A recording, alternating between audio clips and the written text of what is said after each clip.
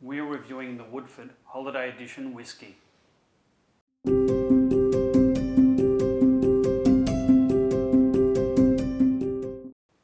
Hello, I'm Jo. This is Maximo. We are Tipples and Treats. It's not a whiskey, is it? Is it a whiskey? It's a whiskey. It is a whiskey. A whiskey spelt with an E. So... Because it's American bourbon whiskey. So would you call it a bourbon or a whiskey or a bourbon whiskey? Depends where you are and who you're with. All right. I would refer to it as a bourbon as opposed to a scotch. Yes. But I think if you're in the US, you'd refer to it as a whiskey. A whiskey with an E? Yes. Yes. Okay. So wherever you're from, could be a bourbon, could be a whiskey. Yes. Now this happens to be the second bottle from our second auction purchase. And on our last video I said it was very unlikely that there'd be another auction purchase again. Well, viewers, I did a bad thing, because about 2 days after I said those famous words, a third auction was released, and I did buy about 4 or 5 bottles from it. At least there's not 3 boxes like the first time. And at least there's no gin, because we have a bit of a backlog of gin. We do. And I'd like to choose my own gin one day. One day you very well may. Yes. Anyway, enough of this auction talk. No. I think that should be the last auction, but it hasn't been delivered yet, so and we've still got to get through the last couple of bottles of the second auction as well. I think you can stop buying. I probably can, yes, indeed. So the recommended retail price of this bottle is $129, and I did purchase it for $70.50 Australian cents. So I think that was quite a bargain. It is 45.2% alcohol, or 90.4 proof. And it's a travel exclusive, hence the 1 litre bottle. So for $70 for what I hope to be a good bourbon, that's pretty good value. Excellent job with that. Loud, crinkly wrapping. So the Woodford Reserve Distillery sits about 8 miles from Versailles in Kentucky in the United States. I'd call it, if it was in France, I'd call it Versailles. Yeah.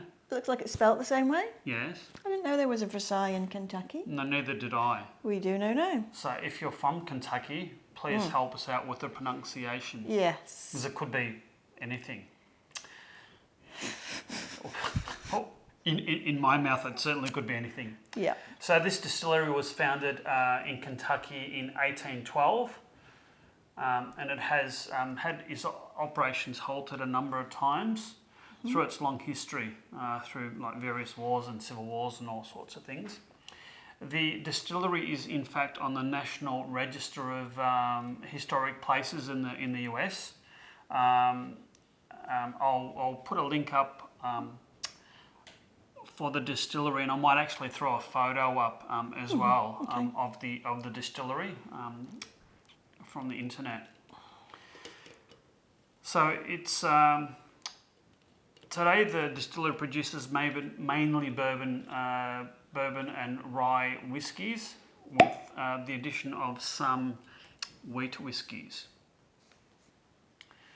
Woodford state that it's all about the maturation and the wood used in the maturation process. And that's what apparently gives it its unique colour and flavours. Nice cork with a wooden lid. Interesting. Well, cork is wood. Yeah, but there's a different sort of wood. Oh, I see. It's a hardwood. Yes. Maybe it's leftover barrels or something. Who knows? It's quite a dark colour, isn't it? It is quite a dark colour. Do you want to hold that up? Oh, I think. It is quite a dark colour. Yeah. So this holiday edition has a famous local Kentucky artist painter painted the winter scene that you can see on the bottle. I'll take a photo and zoom in on it so you can see what I'm talking about. So without further ado, let us give this a go. Or I like a nice glug. And it's just dribbled down my hand. Not so good. No, you got to watch these bottles. Okay, you've made a bit of a mess there. Shall we give it a go? It's quite sweet, isn't it? Sweet. Yes, that's the initial I impression. can actually smell the alcohol. It's like, it sort of stings the nose just a bit. I didn't find it too strong to smell. That's a really nice aroma coming from it, isn't it?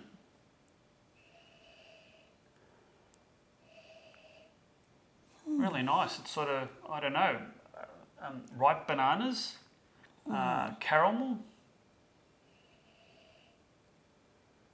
It's definitely fruity sweet, I think. It is certainly sweet. The tasting notes say that the nose is cinnamon, butterscotch, dark caramel, orange oil, orchard fruits, and oak. Well, there's a lot of sweet flavours there. There are. So that's what we're getting. I thought sort of, like a ripe banana type. It's quite a rich aroma. Let's give this a taste, shall we? Yep.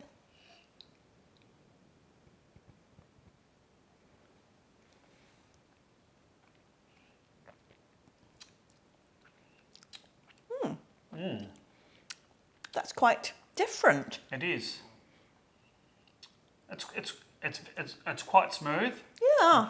But bitey. It sort of starts off quite smooth and it lingers. That is pleasantly nice. Yes, Yes. Unexpected. Yeah. Tastes quite different from a Scotch. A lot of the Scotches that. Yes. Yep. Indeed. It's I used to drink bourbon going back a few years, and I've sort of stopped it for, I guess, an infatuation with Scotches. But like a good bourbon is a good spirit to drink. That's not too bad, neat, isn't it? not too bad. Yes, maybe it's like a caramelly. It's more than the sweetness. But more than the sweetness. It's smooth, it's sweet, but it has the quite spicy finish. It doesn't start off very spicy, but the spice sort of builds and builds, doesn't it? And it sort of, the spirit coats your mouth in a sort of a warming glow. Oh yes, it's warming. It's got a bite to it. Certainly got a bite to it. Yeah, but it's, it does, but it doesn't like attack your mouth. No, it doesn't. Yep. No,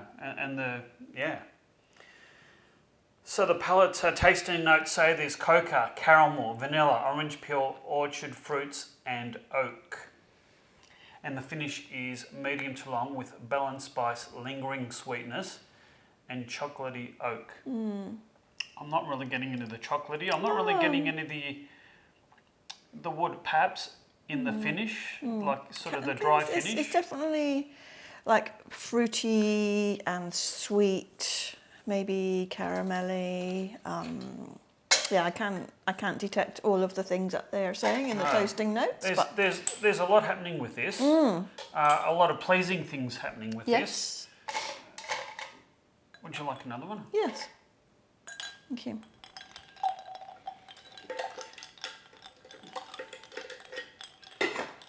So I'll put my ice bucket away.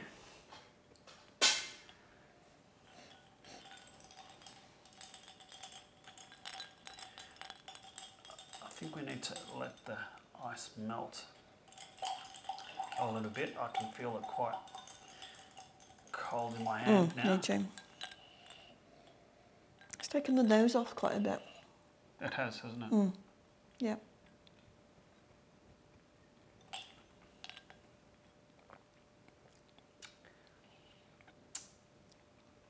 My goodness, that's nice, isn't it?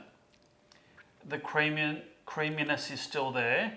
It's just killed the spice. It's killed something in it. I sort of fruit, almost. maybe it's slightly less fruity, but certainly less spicy. I sort of almost like it neat better. Do you? Which is rare Very for very me unusual. to say that, Yes. isn't it? It's certainly a very very smooth and enjoyable drink with some ice in it, isn't it? It has taken something off the complexity. It's like toned down the complexity. It has. Yeah, I mean, there's nothing like tasting anything neat, is there? Because it just gives you the whole sort of range of flavours when you taste it neat. Look, I think if anything, this has made it into a superbly smooth bourbon with some ice in here. This will be very, very, very enjoyable. As enjoyable as some of my better, I think, scotches that I've sampled of recent times. Look, I'd be tempted maybe to have this neat sometimes, but I think, with ice, very, very smooth. Yep. Very smooth. We'll give this one a thumbs up. I think so. A double thumbs up for this one. So I did say that I'd get you to try a bourbon, because I think you've never had a bourbon neat before, have you? Possibly not. No. No, it is quite different from a scotch. It's made with different grains. Yeah. Being what's it made with again? It being rye and some wheat. And I think some whiskies are actually made with corn, like a corn mash as well. But this is basically a rye whiskey. So this has been Quite interesting. quite pleasing. Pleasing, yes. A revelation.